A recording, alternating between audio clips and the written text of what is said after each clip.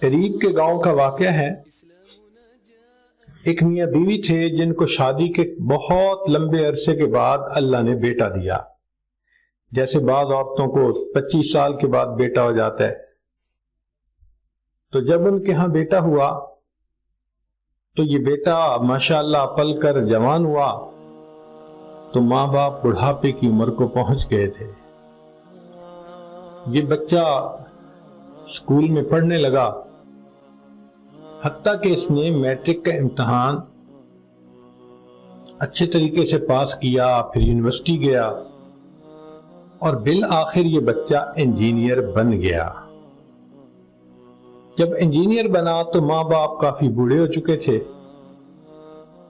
اس نے جاب کے لیے اپلائی کیا تو اس کو شہر میں ایک جگہ ایس ڈی او کی پوسٹ مل گئی۔ اب گھر بھی مل گیا، حکومت کی طرف سے گاڑی بھی مل گئی اور یہ ٹھاٹھ کی زندگی گزارنے لگا۔ کچھ سال گزر گئے تو اس نے شادی کا ارادہ کیا۔ تو شہر میں ایک خاندان تھا، اس کو پتہ چلا کہ ان کی بیٹی بہت خوبصورت بھی ہے، خوبصیرت بھی ہے، تو اس نے ماں باپ کو اپنا بارے میں بتایا کہ میں چاہتا ہوں کہ وہاں شادی ہو جائے۔ ماں باپ نے کہا بیٹا بہت اچھا، زندگی تو آپ نے گزارنی ہے۔ انہوں نے جب وہاں رشتہ ڈالا تو لڑکی والوں نے فوراً ہاں کر دی۔ اب شادی ہو گئی تو یہ اپنی بیوی کو لے کے اپنے گاؤں میں آیا۔ کچھ دن یہ گاؤں میں رہے، پھر ماں باپ نے خود ہی کہہ دیا کہ بیٹا شہر میں تمہارے پاس اتنی بڑی کوٹھی ہے، تم بیوی کو لے جاؤ، وہاں جا کر رہو، مگر کبھی کبھی ہم سے ملنے کے لیے آتے رہنا۔ اب وہ میاں بیوی یہ وعدہ کر کے چلے گئے تو بچہ ہفتے بعد چھٹی کے دن آ کے ماں باپ کو مل جاتا۔ شروع میں کچھ سال تو یہ سلسلہ ٹھیک رہا۔ اس دوران 2-3 بچے بھی ہو گئے، مگر اب صورتحال ایسی بن گئی کہ بچہ جب اپنے والدین کے پاس جاتا تو اگر ذرا سا بھی لیٹ ہوتا تو اس پر بیوی جو تھی وہ غصے میں آ جاتی۔ آپ تو چلے جاتے ہیں تو پیچھے والے تو مر ہی جاتے ہیں، آپ پیچھے والوں کو کیا احساس۔ جیسے عورتوں کی عادت ہوتی ہے جلی کٹی سنانا، وہ سنانا شروع کر دیتی۔ یہ نوجوان ذہنی طور پہ بہت پریشان۔ اسی دوران اس نے سعودی عرب اپلائی کیا تو اس کو وہاں جاب مل گئی، بہت اچھی جاب تھی۔ چنانچہ اس نے والدین سے اجازت مانگی۔ انہوں نے کہا بیٹا ہم تو اس پاک دیس کو نہیں دیکھ سکے، تمہیں اگر موقع مل رہا ہے تو جاؤ اور اس پاک دیس میں تم رہ کے حج عمرے کرو، اللہ کو راضی کرو، ہمیں یہاں بیٹھے بٹھائے ثواب مل جائے گا۔ چنانچہ اس نوجوان نے وہ نوکری قبول کر لی اور یہ مکہ مکرمہ شفٹ ہو گیا۔ وہاں زندگی کے اس نے کئی سال گزارے۔ اس کی عادت تھی کہ یہ ہر سال حج کرتا تھا اور درمیان سال میں کئی مرتبہ عمرے بھی کرتا تھا۔ ایک مرتبہ حج کر کے طواف زیارت کے تیسرے دن یہ کھڑا ہے اور بیت اللہ کو دیکھ کے دعا مانگ رہا ہے اور رو رہا ہے۔ ایک بزرگ تھے، انہوں نے اس کو زارو قطار روتے دیکھا تو انہوں نے پوچھا نوجوان کیا ہوا؟ اس نے کہا جی کہ میں زندگی کے 13 حج کر چکا ہوں، جب حج کا وقت آتا ہے تو کوئی مجھے آواز دیتا ہے کہ تیری حج قبول نہیں ہوئی، تو 2 دن پہلے مجھے پھر خواب آیا، کہنے والے نے کہا کہ تیری یہ بھی حج قبول نہیں، تو میں رو رہا ہوں کہ پتہ نہیں میری حج قبول کیوں نہیں ہوتی۔ وہ بزرگ اللہ والے تھے، وہ سمجھتے تھے، انہوں نے تھوڑے سے حالات پوچھے اور فگر آؤٹ کر لیا کہ مسئلہ کیا ہے۔ چنانچہ جب ان کو پتہ چلا کہ اس کے والدین بوڑھے ہیں اور یہ جب سے یہاں آیا لوٹ کے واپس کبھی نہیں گیا، صرف خرچہ بھیج دیتا ہے والدین کے لیے۔ تو ان بزرگوں نے سمجھایا کہ بھئی تم چھٹی لے کے جاؤ اور والدین کی خیر خیریت معلوم کر کے آؤ۔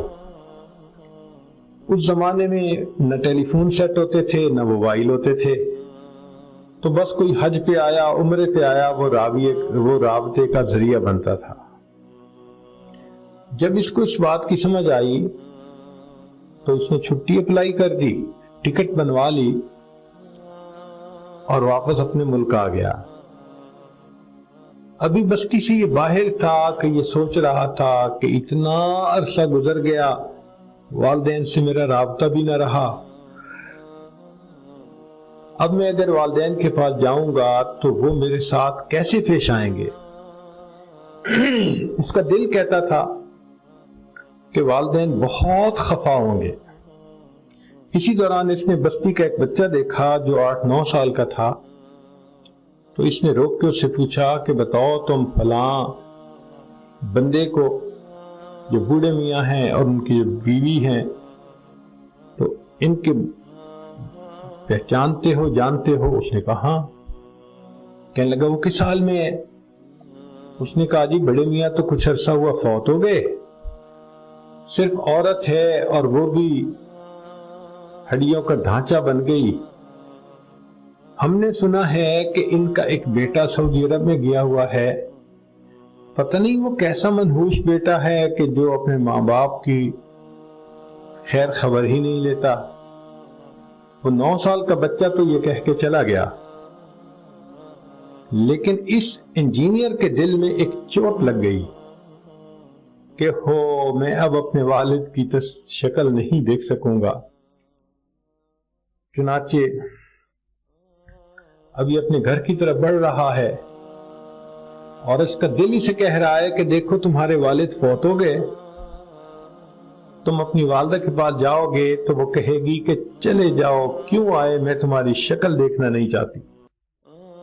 مگر یہ بھی سوچ رہا تھا کہ میں امی کو پاؤں پکڑ کے منا لوں گا، منت کر لوں گا، تو امید بھی تھی۔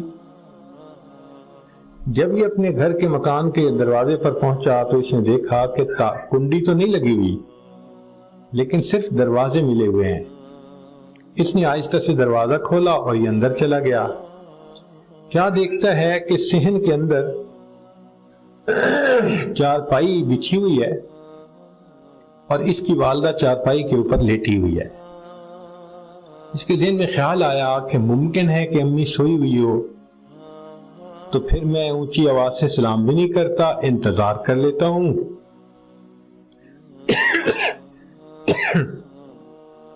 جب امی جاگے گی تو میں اس وقت امی سے مل لوں گا۔ یہ سوچ کے یہ آہستہ آہستہ چلتے چلتے جب قریب ہوا تو اس نے دیکھا کہ وہ بوڑھی عورت جاگ رہی تھی اور کوئی دعا مانگ رہی تھی۔ تو اس نے کہا کہ اچھا میں سنوں تو صحیح کہ میری والدہ کیا دعا کر رہی ہیں۔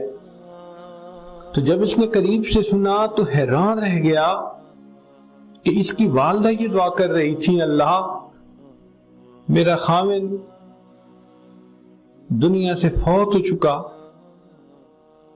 میرا ایک ہی بیٹا ہے جو پردیس گیا ہوا ہے، اللہ اسے خیریت سے واپس لوٹانا تاکہ اگر میری موت آ جائے تو مجھے بھی قبر میں اتارنے والا میرا محرم موجود ہو۔ آپ ذرا سوچئے گا کہ لڑکا سمجھتا ہے کہ امی مجھ سے بولے گی ہی نہیں،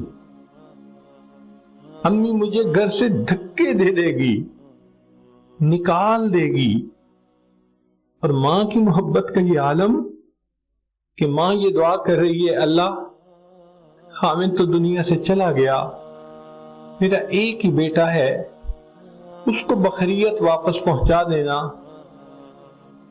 تاکہ جب میں مروں تو مجھے قبر میں اتارنے والا کوئی موجود ہو۔ تو بچے نے یہ سن کے پھر امی کو کہا کہ امی میں آ گیا ہوں۔ تو ماں چونک اٹھی، بیٹا تم آ گئے؟ ہاں اماں میں آ گیا ہوں آپ کو ملنے کے لیے۔